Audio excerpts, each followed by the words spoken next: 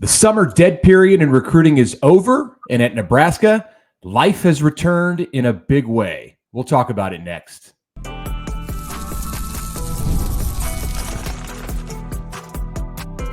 You are Locked On Nebraska, your daily Nebraska Cornhuskers podcast, part of the Locked On Podcast Network, your team every day. Good morning, and thank you for making Locked On Nebraska your first listen every day. We are free and available wherever you get podcasts and on YouTube, part of the Locked On Podcast Network, your team every day. And today's episode is brought to you by FanDuel. Make every moment more. As the playoffs wind down, or they've been down for a while, the sports stop sporting like we want them to. But this summer, FanDuel is hooking up all customers with a boost or a bonus daily. That's right. There's something for everyone every day, all summer long. Visit FanDuel.com to get started. All right, Mitch, here we go. Back from Big Ten Media Days and into the season, but not without a little taste of recruiting. Connor Happer here from 1620 The Zone. Mitch Sherman from The Athletic. Man, all of a sudden, Nebraska has set up a nice little week for itself here in recruiting, and it starts this weekend with the biggest fish left out there for their class, potentially, in David Sanders Jr., the number 2 rated player in the country, the number 1 offensive lineman from the state of North Carolina. And he's been up there with all the big boys, and Nebraska has clearly made a move here late. He'll be on campus, and this story has an interesting little twist to it, and it took on its own life on Thursday when Dylan Raiola, peer recruiter Dylan Raiola, went out on Twitter and he said, "Hey, I'm going to go pick him up from the airport. Why don't you guys come and, see us in when we go to the Osborne Legacy Complex after we get back from picking him up from the airport?" So he has invited fans to greet them at the door. Undoubtedly, many folks will show up to this event, Mitch, as Dylan Raiola has asked the fan base, has implored the fan base to help him out in recruiting. First of all, let's just start there. How do we feel about that idea of a current player promoting a recruiting visit? It's very, very different in these times. Dare I say, it just kind of makes me a little bit uncomfortable. Yeah, that's probably because, Connor, that I'm just so used to the world of recruiting where none of this happens. It's nothing like this has ever happened at Nebraska, where you have a student athlete promoting the recruiting visit of a prospect. The reason it hasn't happened is because it's not been allowed by the NCAA. You're right. You've traditionally not been allowed to promote the recruiting visit of a prospect, and a student athlete has long been considered a representative of his institution. But, rules have changed, if you haven't noticed, in college sports. And seriously, how can you punish a school or even think about punishing a school for a social media post when its donors are ponying up to pay these players 7 figures, already giving that kind of money to the quarterback in this discussion, and ready to do it with the offensive tackle who's coming in on a visit this weekend? So Nebraska's after is battling the likes of Tennessee, Ohio State, and Clemson, and Georgia to get David Sanders. You can imagine the numbers that are being thrown around by the collectives. They are into the 7 figures. So some things have dissipated as far as the way the rules work when it comes to contact and public contact between players and recruits. And that's probably a good idea because of the storyline that I just mentioned with the money involved. So in that sense, it's great.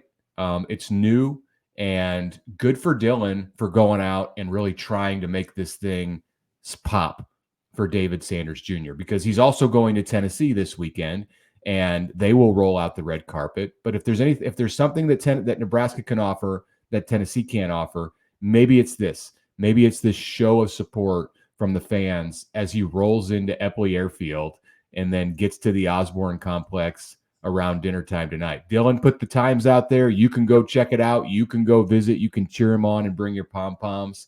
I may not be there to document it. I think I'll say this though, you get to this point, it feels like it is Nebraska and Tennessee. You're in it, right? And so you're coming down. Wouldn't count out Ohio State. Ohio State is still in it too, but Nebraska is absolutely in the mix here. And so it's just, Nebraska's obviously checked a whole bunch of boxes for them. And we should remind you as well that the last time Sanders visited here, he was recruited to visit by Dylan Raiola, and Dylan Raiola wasn't even here. And so Nebraska gets a chance to shoot their shot with Raiola on campus, which is a big deal and the only reason he's interested in the first place. So we'll see how that ends up going. How big would it be for Nebraska to get the number 2, player in the country and the number 1 offensive lineman in the country? I mean, and then you combine it with a visit from Michael Terry, a 5-star athlete from San Antonio, this weekend as well. I mean, yeah, if what Dylan Raiola brought to the commitment class and brought to the roster is like the jumper cables for Nebraska's, rebuild and reintroduction back into relevancy in college football, this is like, I don't know, this is jet fuel, man. Like it takes you to a different level, and it really moves timelines up quickly. And I just didn't, if you would have told me that they had a chance to land a few 5-stars in the first 18 months of being here, I would have said, wow, I mean, we're going places here. So it's a really huge deal. Yeah, this was the hope with Raiola, is that he would attract the best, and that's exactly what we're talking about here. David Sanders Jr., not just the best offensive tackle in the country, some say the best overall prospect in the country. On3 has him ranked at number 2 overall, so you're splitting hairs there. He's like the Dylan Raiola of this 2025 class. It's what Dylan was in 2024. So if you got a quarterback, you need a great left tackle. And we talked about Teddy Prohaska yesterday at number 4 on our list. We'll get to number 3 later in the show of most important Huskers. Well, the reason that we rank Teddy so high is because of the job that position plays in protecting the quarterback. So Dylan's out there trying to recruit his protector when, in Dylan's mind, he's at the end of his career as a college quarterback and aiming for a Heisman Trophy. Like that's where he sees this thing going. That's where some of the analysts, I think the people around Nebraska who have the highest of hopes for Dylan Raiola, they believe that by the time he leaves Nebraska, he's going to be in that discussion, and he's going to be in the discussion to be a first-round pick, and you're going to want to keep him clean. You're going to want to keep him standing in that pocket. So he believes, Dylan does, and I think Nebraska's on board with this. I know they are, that David Sanders Jr. can be the guy to protect him when he's at his high point in Lincoln. The reality to getting a 5-star quarterback, and now he'll go through his freshman season this year where he'll be the starter, and that'll bring a whole bunch of new attention to Nebraska, assuming that he is what we think he is, which I think we all think that at this point. Like the other part of this is what it means for your program wide. Like we just talked about, it not only accelerates timelines, it kind of adds to the pressure a little bit. Like the clock is ticking. You only have 3 or 4 years with a 5-star quarterback. You have to make the most of it as soon as you can possibly do it. And so that starts right now. And it's adding in the it's adding in the transfer portal this offseason, backfilling the roster. It's adding in the 2025 class, and it's adding in the 2026 class. So, when you have the 5-star quarterback, you got to go. And so, like it or not, the timeline does move up. So I think a lot of people are taken aback about, Nebraska just won 5 games last year, or we're not talking, or what are we talking about? Are we talking about them going to the playoff? Like, why are we doing that? I'll tell you why. Because they have a 5-star quarterback. That's the reason why. And that is attainable with that type of player. So it changes a lot. So a question I'll ask you, if Nebraska is able to pull this off and get a commitment from David Sanders Jr. out of this weekend, he's going to commit on August 17th, by the way. So it's not imminent. It's not likely coming here right as Nebraska opens camp next week. But if they're able to get it, how much do you have to babysit this thing all the way up until until December? I think people are going to be nervous every waking minute of every day. Likely. I don't know. I don't know the kid and what he's all about or anything like that. From all points, it seems like he's a pretty down to earth guy, not down to play games or anything like that. But yes, obviously, you're going to, after every loss Nebraska takes this year, you're going to be sitting there saying, what does this mean for recruiting? What does this mean for David Sanders Jr.? Yeah, and they're a long ways away from landing him. Look, I mean, I think it's still probably an uphill battle for Nebraska. This isn't like Raiola, where you felt like if Nebraska could just make the final push, if Nebraska could, whatever it was, get across the finish line, there was no way that it wasn't going to stick. Dylan Raiola was never going to decommit from Nebraska. Let's put it that way. Not with that last name, not with his family. It just wasn't going to happen. If you could get him in the door, he was going to stay. And that's not the reality with basically every other recruit out there. Maybe in-state kids will feel more loyalty, but you have to recruit them all the way up until the end. So first, Nebraska's got to clear a big hurdle and one big hurdle was getting him back on campus. Yeah. He came in the spring on an official. This is an unofficial visit. The red carpet will be just as rolled out.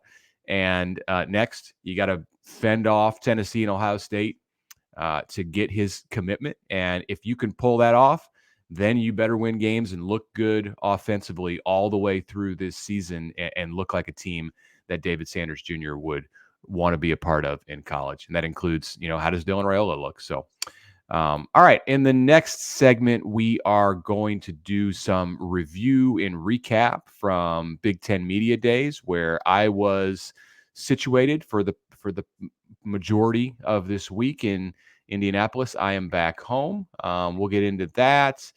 And we've also got our countdown, getting to number 3 in the final segment of the show. First, please follow us on Twitter or X at LockedOnNEB. You can email the show at lockedonneb@gmail.com. Make sure to download and rate, subscribe to our show, Locked On Nebraska, on all the podcast listening platforms. Pay attention to us also on YouTube. We'll be back after the break.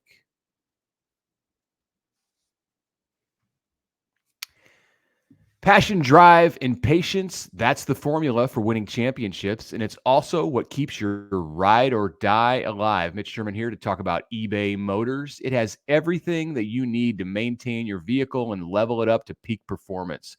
Superchargers, roof racks, exhaust kits, LED headlights, and more. Whether you are into power, style, or speed, eBay Motors has got you covered with more than 122 million parts for your number one ride or die. You will always find what you're looking for, and with the eBay Guaranteed Fit, your part is guaranteed to fit your ride every time or your money back. Because with eBay, you're burning rubber, not cash. With all the parts you need at the prices you want, it's easy to make your car the MVP. Keep your ride or die alive at ebaymotors.com. Eligible items only. Exclusions apply. eBay Guaranteed Fit only available to U.S. customers.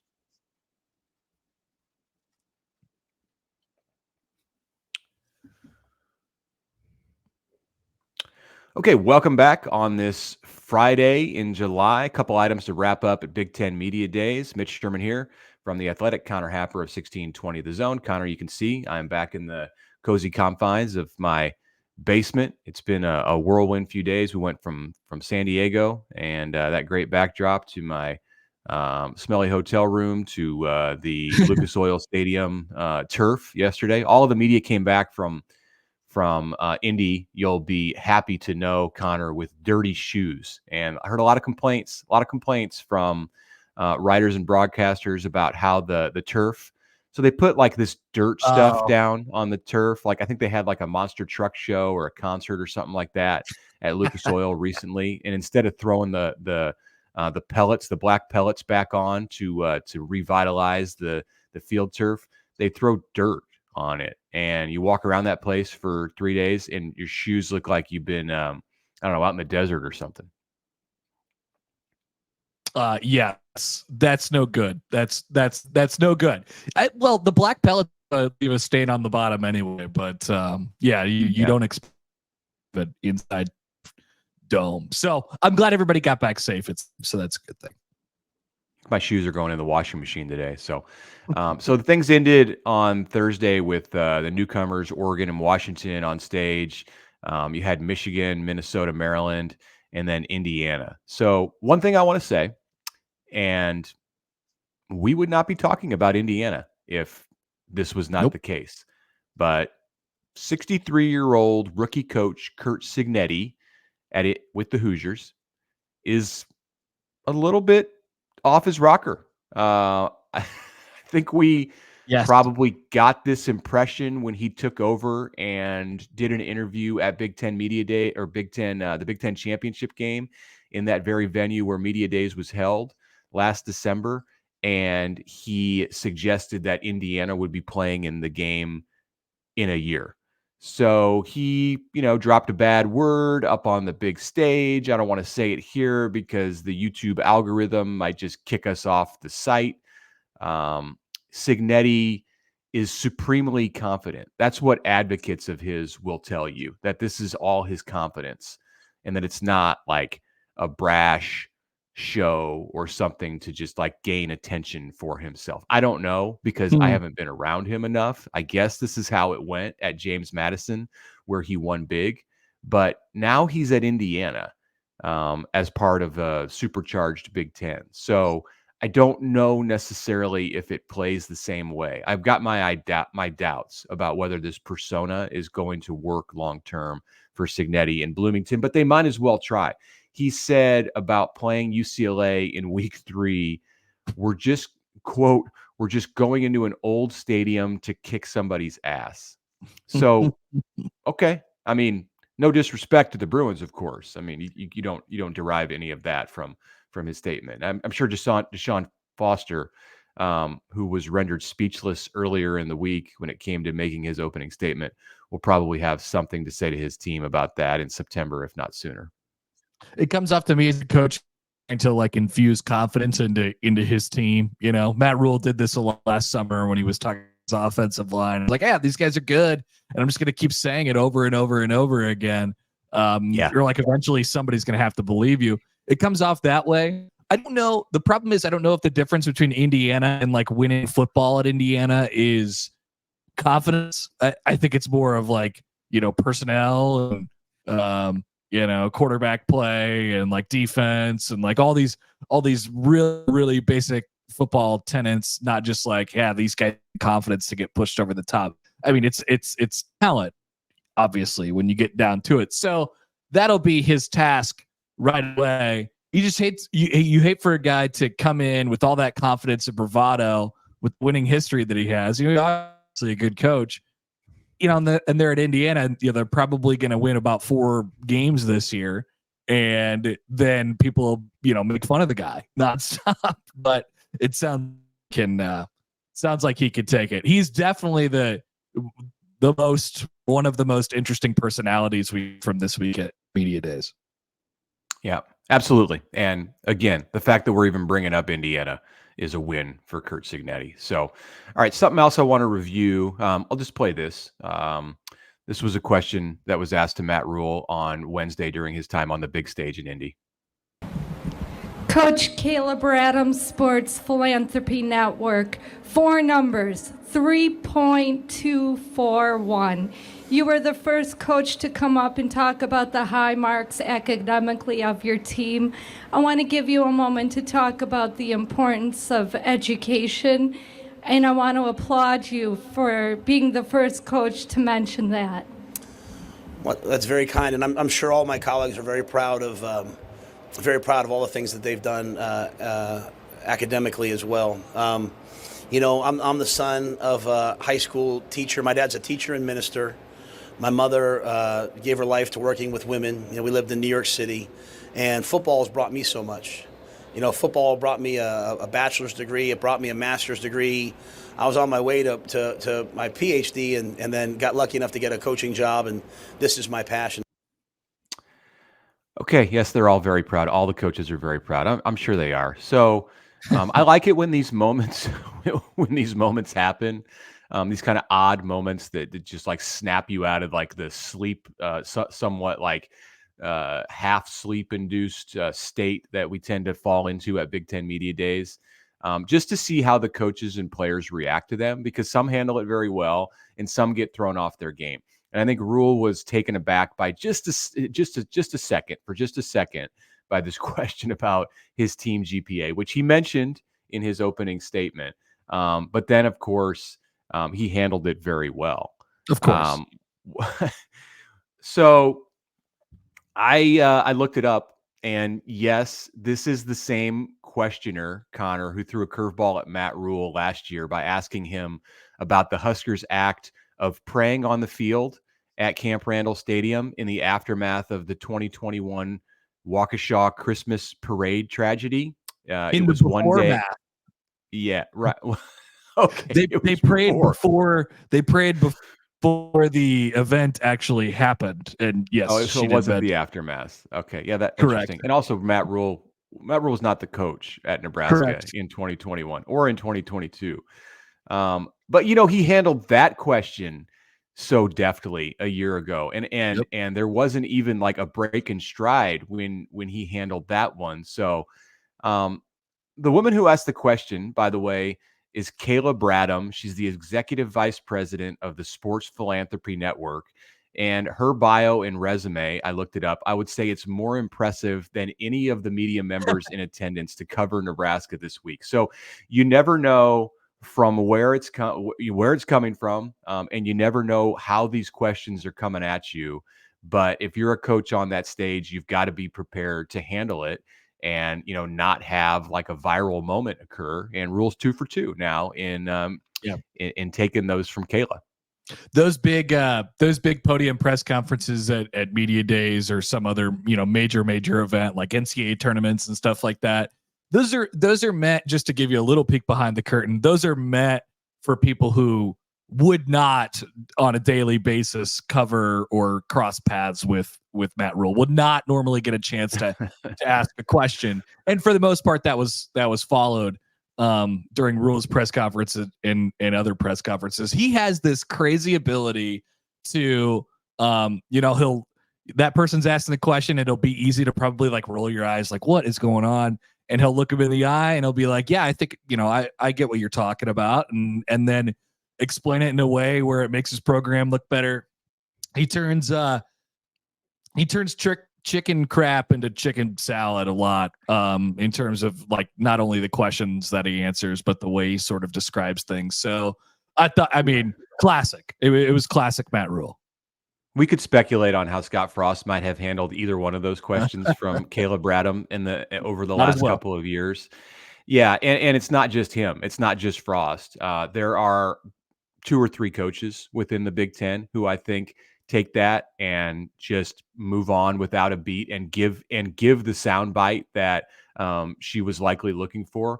Dan Lanning is one of the guys that I would put in that category. I followed him around yesterday. I'll be writing a story about Dan Lanning next week and the Oregon coach as the Ducks come into the Big Ten. And, he gets grilled pretty good about being the leader of the program that just goes out and buys players. He doesn't really even deny it. Like, you're going to work with the resources that you've got. And I was impressed with his poise and just his ability to handle anything that was thrown at him, especially for a 38-year-old guy who's going into his 3rd season as a head coach. He's confident. You ask him questions. I mean, he even went after Kirby Smart on Pat McAfee's show, after Kirby called him out for being a program that has a lot of NIL funds. And he's like, yeah, congratulations to Kirby for not getting a class with no NIL deals. I mean, that's really great job. But yeah, I mean, they got a couple guys who are real, torchbearers for the league. I think when Matt Rhule wins games, he'll be one of those guys that people go to and ask their opinions on, the future of the sport to kind of shape it. Think about the way that, I mean, he hadn't talked at all publicly since Evan Cooper resigned. And, he said it in a way that not only obviously gave you the facts of what, how it went, just in terms of the nuts and bolts of how, Cooper resigned, but he said it in a way where you don't get curious, you don't ask more. You're like, yeah, okay. All right. I believe you. He says you'll have to ask him. And so, yeah, he does a really good job with that stuff. It's a perfect setting for him. Yeah, he kind of just diffused the moment. And, people are still curious and some people want to know. And look, it's not public record. I'll just go on a soapbox here for 30 seconds. Like, what happened with Evan Cooper is not like out there. There's not a document that we can request because this is a state university that's going to tell us the details. So if Cooper chooses to talk about it, or if somebody else like Matt Rhule, who knows, chooses to talk about it, then great. Otherwise, like, it is his personal business. And I'm not quite sure where we got to the place in college sports where like personal business was our business, like where we were entitled to know. This is not something that like brought the football program down. Yep. So I'm certainly not going to be one who's like going out and quoting unnamed sources about why this may or may not have happened. No doubt about it. All right, we'll take our final break. We'll get to the list, number 3, coming up next. But first, if you're watching Fox Sports or ESPN on your TV all day and you have to turn down the volume with all the shouting, make the switch to Locked On Sports Today, a free 24/7 sports streaming channel program for you every day to bring you the biggest stories without all the screaming.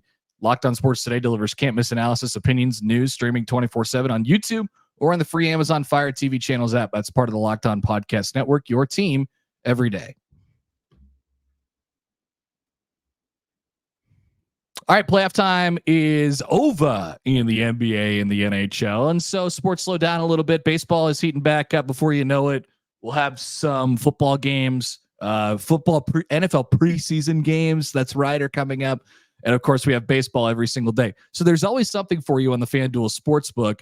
And right now, new customers get $150 in bonus bets with any winning $5 bet. There's Olympic stuff to bet on as well. $150 that you get to bet on spreads, money lines, player props, and more. So just put in that $5 bet on the FanDuel Sportsbook right now. Head to FanDuel.com/lockedon and use it from there. Win that $5 bet, and you can be playing with house money for a while. That is FanDuel.com/lockedon. FanDuel, America's #1 sportsbook.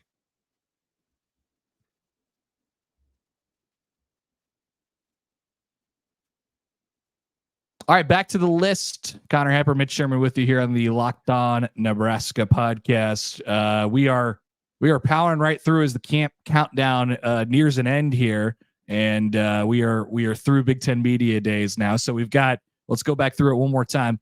Javen Wright, Tristan Alvano, Ben Scott, Thomas Fedoni, Jamal Banks, Isaac Gifford, Teddy Prohaska was number 4, and Mitch, I'll let you unveil number 3 on our most important Huskers to success in year 2 of Matt Rhule. Yeah, look how this worked out. We're going to get to number 1 on Tuesday, on the day when Nebraska football players report to camp. It's like we planned it out.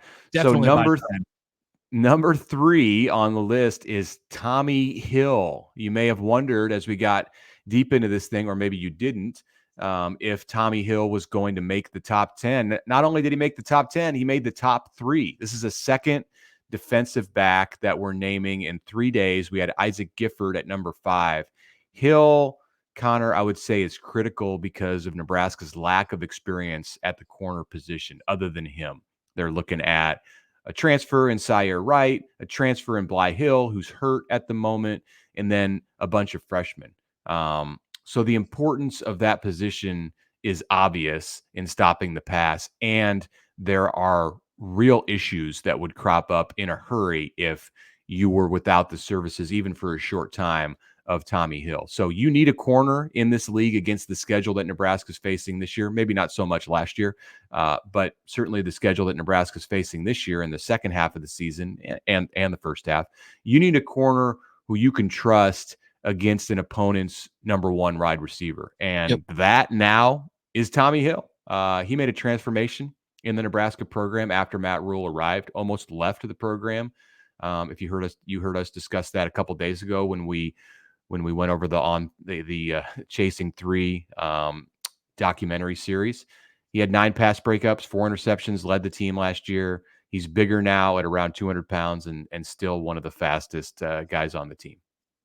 I agree with you completely. His value and him being this guy is mostly due to the depth around him and the people that he doesn't have around him in his position. But I think the story is, if you look at him individually, excuse me, by himself, I mean, it's crazy where he's come from and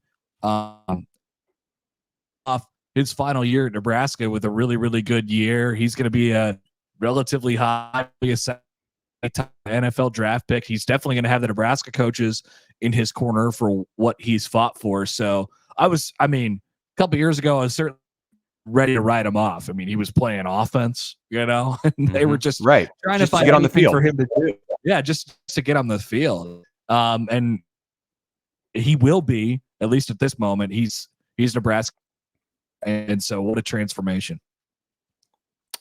Absolutely. So, corner is one of those positions like offensive tackle where you just have to have a player. You've got to have a guy. It's why they go up there in the NFL draft. And Nebraska's been able to rely on Quentin Newsome for multiple years now to be a reliable piece who played through whatever it was that may have been bothering him on that day, injury-wise, and it needs Tommy Hill to step into that spot and be the number one cornerback. I think they feel really good about the possibility that can happen, about the likelihood of that happening. I was, I surprised, I suppose, is the right way to put it, to hear that his weight is around 200 pounds, because he played 175, 180 at times early in his career. And immediately you wonder, like, okay, is this guy going to have the same kind of ability to turn and get to balls? But no, he's by all reports in great shape and didn't take away from his athleticism and his speed. So,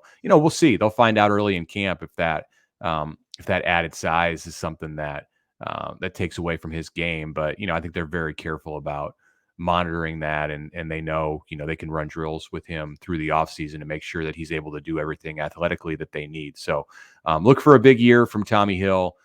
Teams, I think, are going to be testing the other side of the field, but Tommy can be a guy who moves around and just kind of follows your top receiver. Probably some Tommy Hill, Travis Hunter matchups that we'll see in week 2 at Memorial Stadium.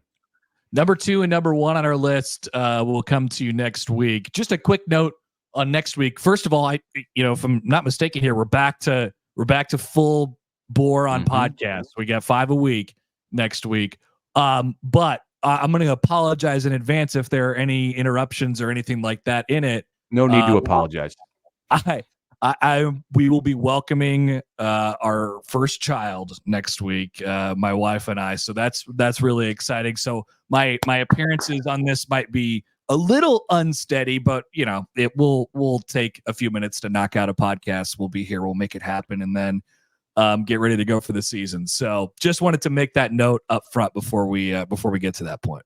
Yes, huge congrats to Connor and more notably to your wife Jackie for doing the work. So big week for Connor coming up. Big week for the Locked On Nebraska podcast as preseason camp arrives. So come in and join us next week. We're going to have a lot of fun. If it's a one-man show, if it's a two-man show, you can turn it on every morning and find out. So on the way out today, want to let you know that Locked On has launched the first ever national sports 24/7 streaming channel on YouTube, and it's now available on Amazon Fire TV and the free Fire TV channels app. Locked On Sports Today is here for you 24/7, covering the top sports stories of the day with the local experts of Locked On, plus our national shows that cover every league. Find Locked On Sports Today now available on the free Fire TV channels app.